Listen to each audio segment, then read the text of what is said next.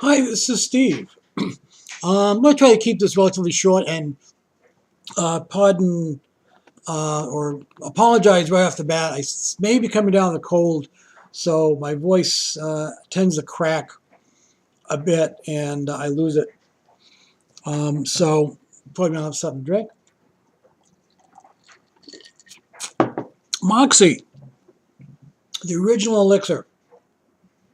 For any of you folks in New England who would actually know what that is. The coffee that tastes like coffee. The soda that tastes like cough medicine. Uh, I hated it as a kid. It was my father's favorite soft drink. Uh, when I got older, I decided to give it a try again and found out, you know what? The old man was right about it. Turns out he was right about a few things, although I didn't think so when I was a kid. So anyway, let's get back to comics. This is probably the oldest comic I have, and it's going to freak people out because I took it out of the bag to show it. This is Boy Illustories number 93. This was published in 1953. It features Crime Buster, who was that kid right there with the C, in the school sweater with the monkey. A monkey. And there is Crime Buster was a teenage boy who, along with his companions, would go around solving crimes and mysteries and helping their friends and neighbors and helping the police. I don't think I've ever read, except for this one, a story, and I read this when I first got it. So we're talking about maybe 15 years ago, so I don't even remember it. But anyways, the book was published in 1953 by Lev Gleason. The folks who also brought you The Claw and the original Daredevil. And book was edited by Charles Barrow and Bob Wood.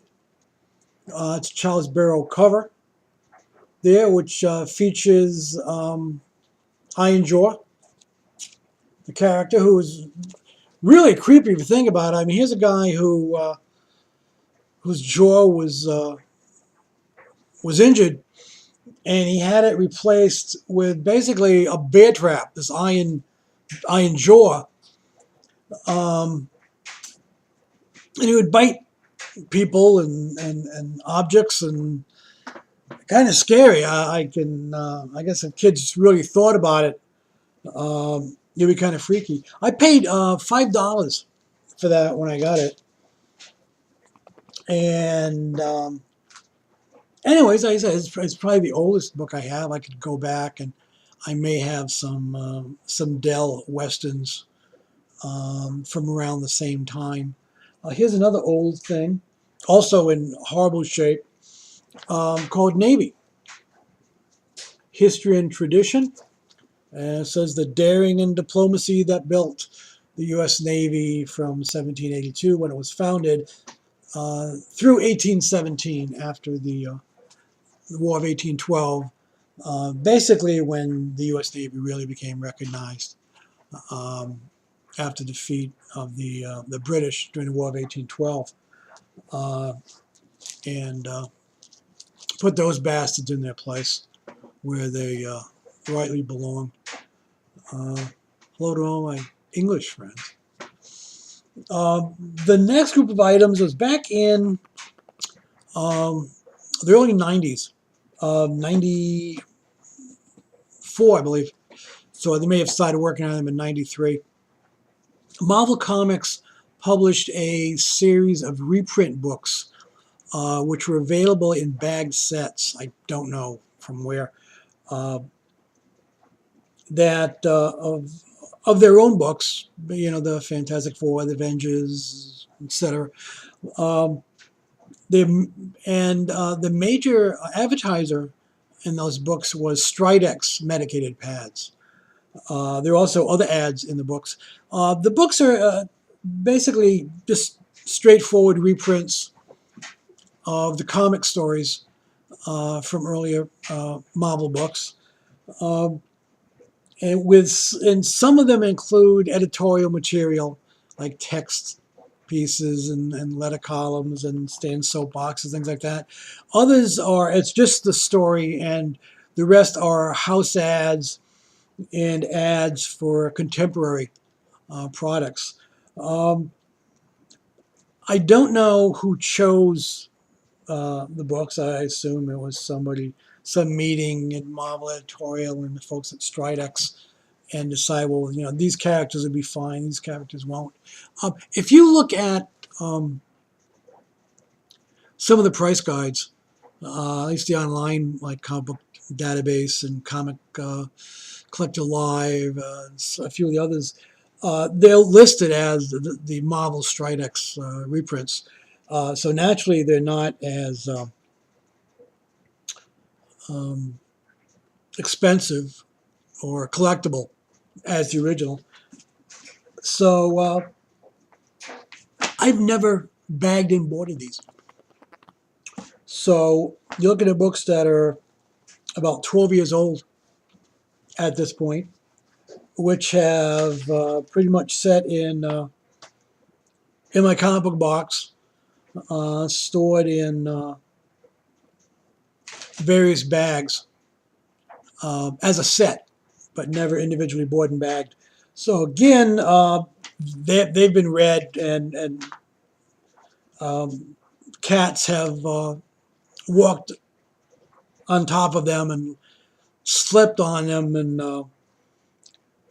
they've just, you know, been thrown around. So as I say, they're not really collectible, and they mean only, you know, you know, it was novel to have some of these like key books, and you know, so I could read them.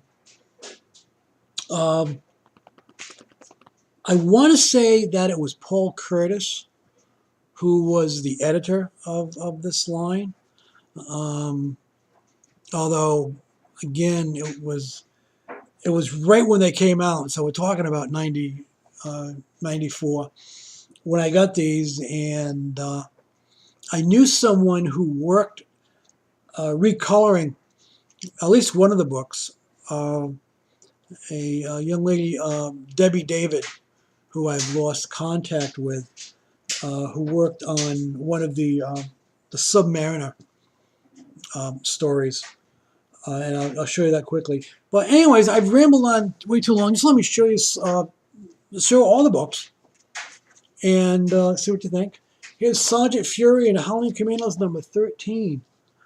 And by God, there you go, Jack Kirby, Captain America, and Bucky. So yeah, this is pretty much what you're going to see in the new Captain America film, right? The Howling Commandos back there, and it's great, right? Oh, is this is page 30, page before last, where you see that Steve Ditko, oh my God, Jack Kirby has actually put a photograph of an explosion, and worked it into the page. I mean, Jack Kirby was the master. There is no doubt whatsoever. Oh, you want to see the contemporary ads? Right, there you go, right? Hulk Venom. Okay. See, there's actually a little shot of Venom there, so if any of you Venom collectors or Venom fans out here, that's it. Sergeant Fury's Howling Commandos reprint. Check it out. Venom. And here it is, Captain America 109, January. My God, there he is again. The origin of Captain America. And who does the art? Could it be? It's Jack Kirby. Who better? What more can you ask of any thriller than that is produced by Stan Lee and Jack Kirby, inking by Sid Shores, and lettering by Artie Simek. The hero that was. right? And getting right into it for the upcoming movie.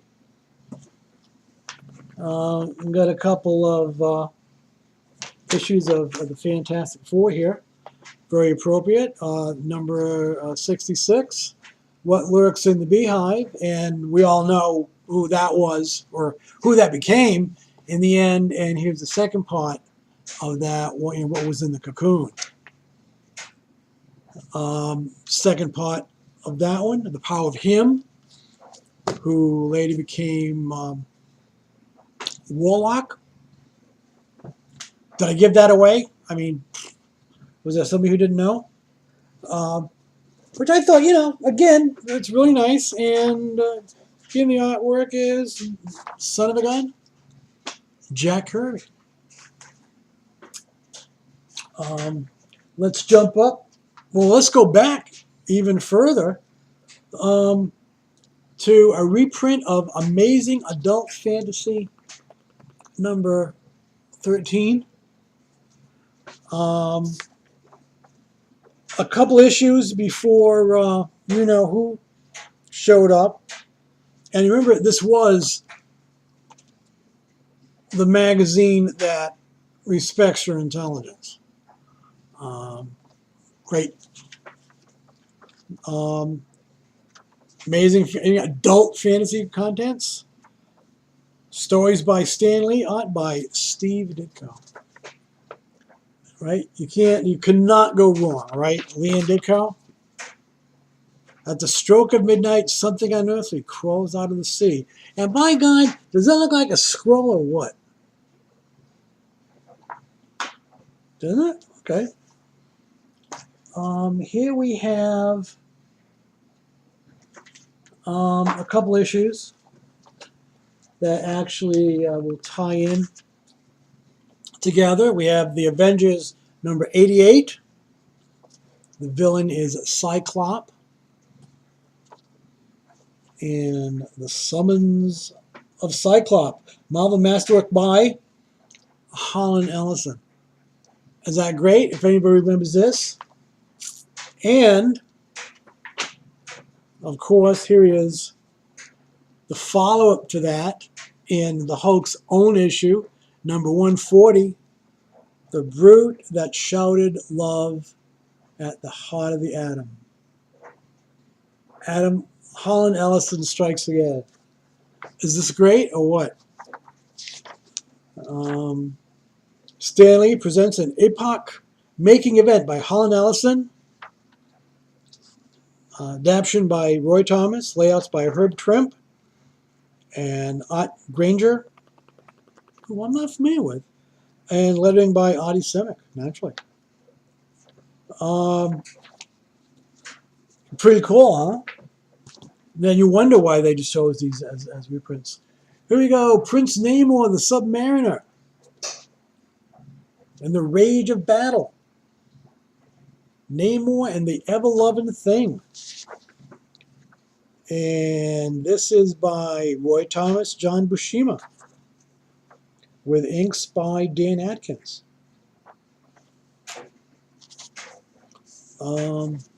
Nicely done. I don't remember if I read this when it first came out, which would have been good. Copyright 1968. Maybe I would. You know what? I didn't join the Navy till '69 when I stopped reading comics, so I probably did read that. Here we go. Tomb of Dracula. The Bloodsuckers. The Bloodstalkers of Dracula.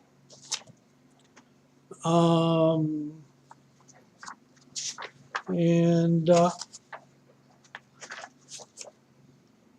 this is, of course, by Marv Wolfman, Gene Colan, and Tom Palmer.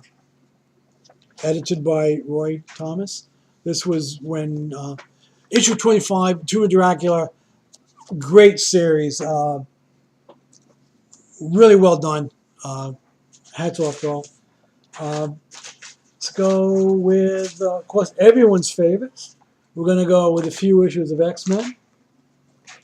We got X-Men number 28, The Wail of the Banshee. And that's when Angel had his first sort of modified costume there, going for a little different style from, if you can see that, from the other guys. Don't remember when. Again, it's probably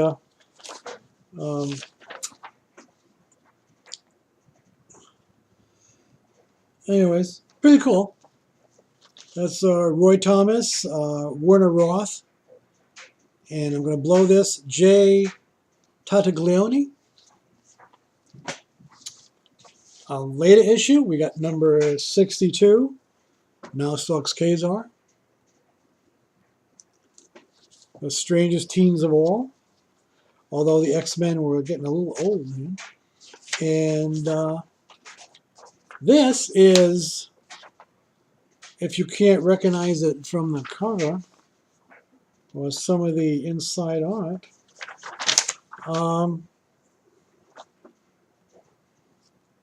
it's by Neil Adams. I mean, it's going to have the credits here someplace, right?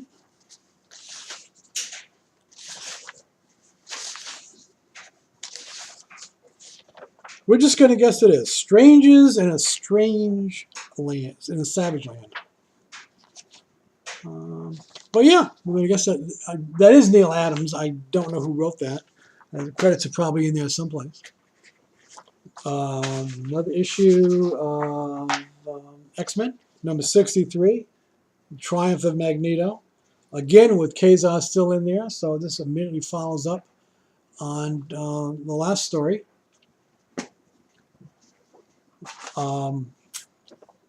Amazing Spider-Man King Size Special number 5. With at long last, the parents of Peter Parker. So with the Spider-Man reboot coming by, you know, this one Spidey discovers that who his parents were. And that's nice. We have another King Size Special, which is Thor number 2, Who Dares Defy Destroyer. Again, a character who is going to show up in the Thor film. At least he seems to, from some of the stills I have. Whether he's still called the Destroyer in the film or not, I don't know. But we'll go with that. And of course, the Enchantress and Executioner and all sorts of goodies. And last but not least, and this is the book that my friend Debbie worked on, we have a reprint of Young Men, number 25. The Human Torch Returns. There's also a story in here with the Submariner. And this is a reprint of a book originally published in 1954. You know, I really don't know if this actually reprints the entire book or not. For some reason, I think books back then were a little bit thicker. So they may have dumped something. Oh, here's where they actually do reprint some of the text stories here and some of the ads in this issue. But yeah, as I say, there's the Captain America story. And this is a very well-known story and controversial now, but not at the time. Because here we have in the last panel, Cap and Bucky watching nuclear bomb go off. And Bucky says, "Wow, what a sight." And Cap's comments are, "A glorious sight. when it's on our side. Sorry about that. In the struggle for world peace. Woo! That's disturbing on so many levels nowadays, but was probably great back then. Anyways, again, I've gone on 3 times as long as I should have. My apologies. I hope you enjoyed some of it or fast forwarded through and turn the sound off, which I probably will do. Anyways, peace out. Take care of yourself. Be well.